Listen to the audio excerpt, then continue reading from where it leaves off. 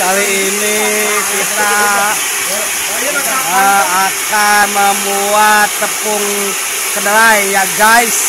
Oke.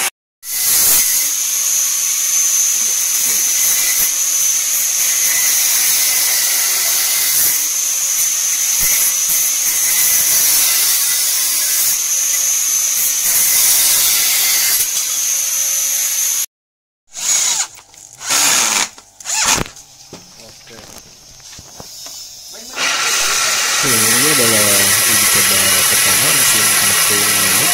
Sorenya kita pakai mesin tanpa display, jadi kita nggak tahu seberapa load.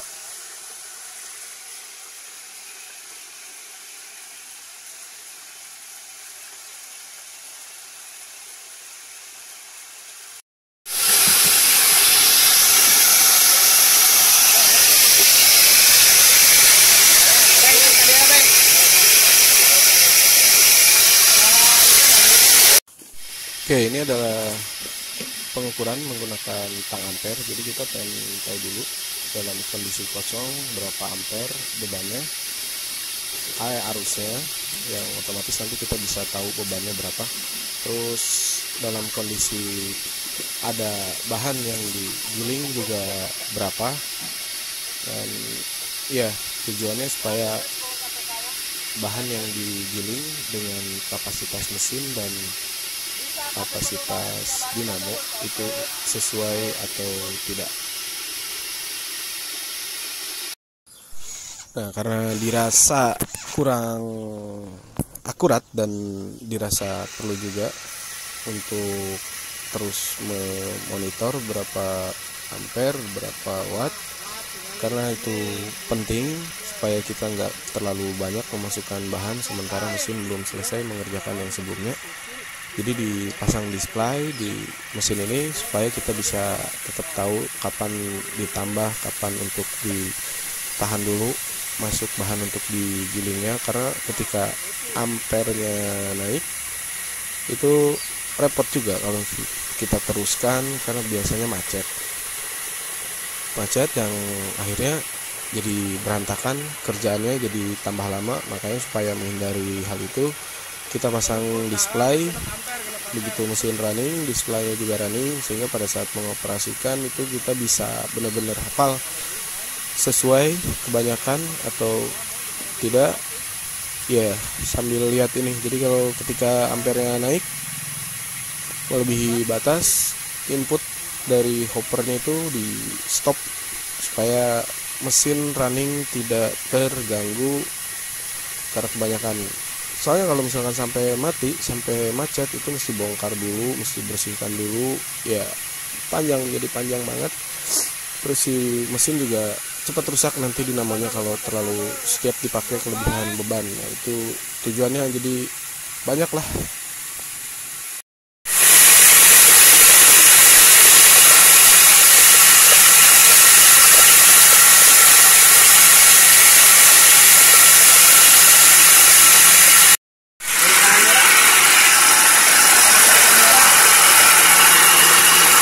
Ini lanjutan dari mesin yang semalam kita coba.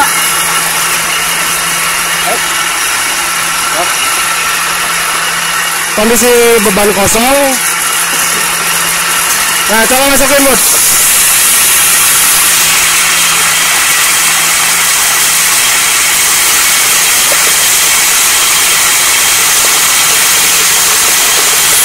Oke, jadi di situ bisa dilihat semakin besar bebannya berarti wattnya dan ampernya juga naik. Dan yang perlu teman-teman perhatikan adalah voltase.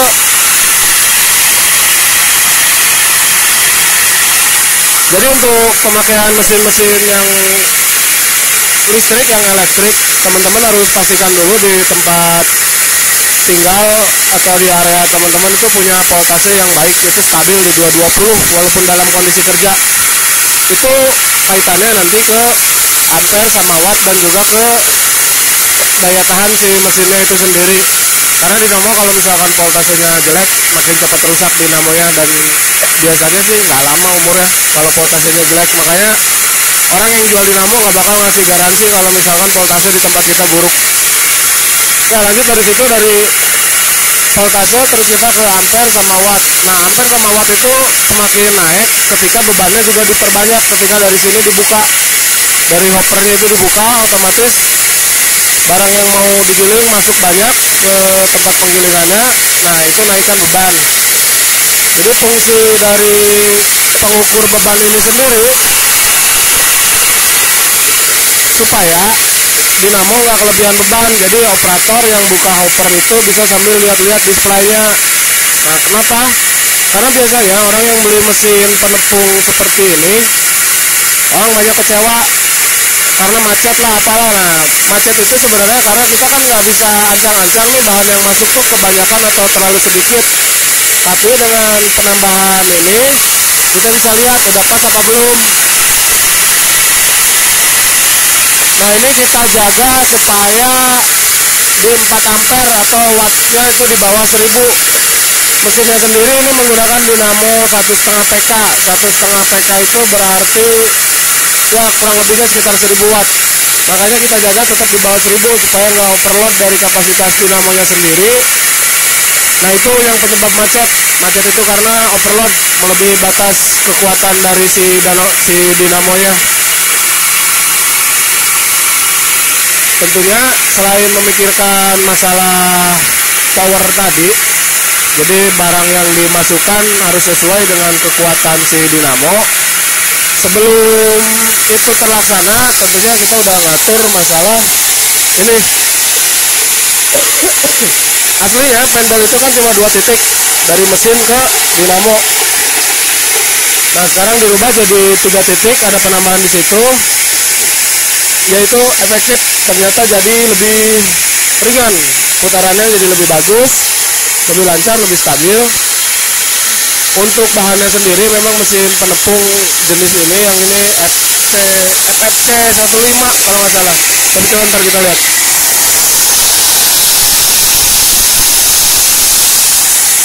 Ya, itu mesin ini sebenarnya spesialis untuk biji-bijian kering.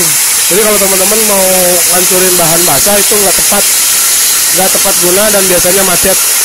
Itu yang harus diperhatikan.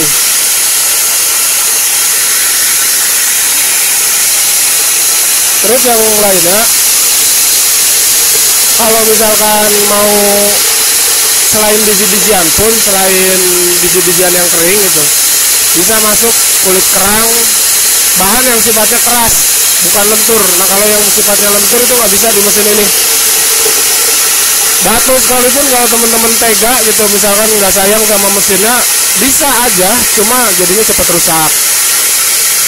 Dan ini kenapa pakai dinamo? Karena kita kan skala ternak kecil, skala rumahan, yang paling sekali giling 1, 2, 3 karung lah, paling banyak juga 10 karung. Itu kalau misalkan kita pakai yang diesel kayak ini, diesel merepotkan ngidupinnya. Jadi kalau misalkan untuk giling tontonan sih enak.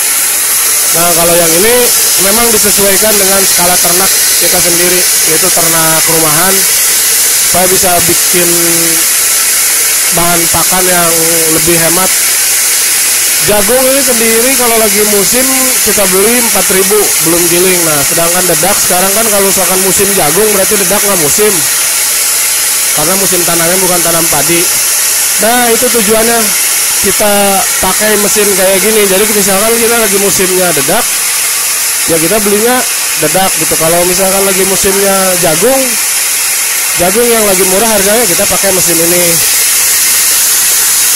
Jadi ternak itu kayak gitu, harus pintar-pintar menyesuaikan diri dan mengatur strategi supaya kita bisa untung. Dan ini gambaran aja, sekarang harga dedak itu sekitar 3.500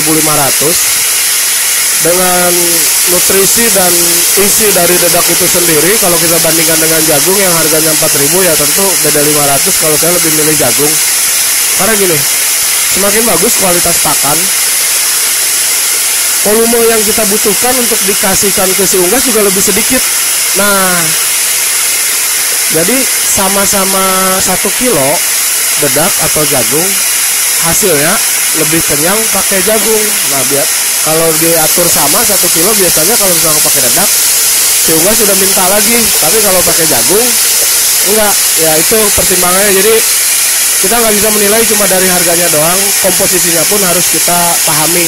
Itu caranya biar untung gitu. Jadi kita harus ekstra mempelajari bagaimana nutrisi atau bahan-bahan yang dibutuhkan oleh unggas itu sendiri, supaya yang nggak kalah lah. Karena kan ternak itu yang cost terbesar 60% itu untuk pakan. Jadi di sini kita targetkan, belum hitung sih kalau sekarang, cuma ya minimal kita ada pengurangan dari 60%, karena kalau kita bisa 60% aja itu kan udah untung. Biar lebih menjaga-jaga supaya misalkan pada saat harga turun, kondisi nggak stabil penjualan, dengan modal yang rendah otomatis kita lebih bisa bersaing. Dan ya hal itu yang dibutuhkan untuk ternak di seluruh Indonesia supaya maju. Untuk mesinnya sendiri mungkin udah cukup dijelaskan, dan ini penambahan kipas. Aslinya ini ada kipas di dinamo, diganti pakai kipas ini supaya dinamonya dingin, pendelnya dingin, jadi bisa long time running. Karena kalau kita pakai standaran aja, si pendel panas, dinamo juga kurang bagus pendinginannya, makanya kita tambah kipas ini. Ini kipasnya AC, pendinginan jadi jauh lebih baik. Dan ya udah gitu aja, semoga bermanfaat dan semoga bisa dipertimbangkan sama teman-teman. Kalau ternak itu harus siap sama suplai pakan sendiri, jangan ngandelin cuma beli yang ada atau standaran seperti yang lain. Mau nggak mau kita harus ngolah dan mau repot. Assalamualaikum warahmatullahi wabarakatuh.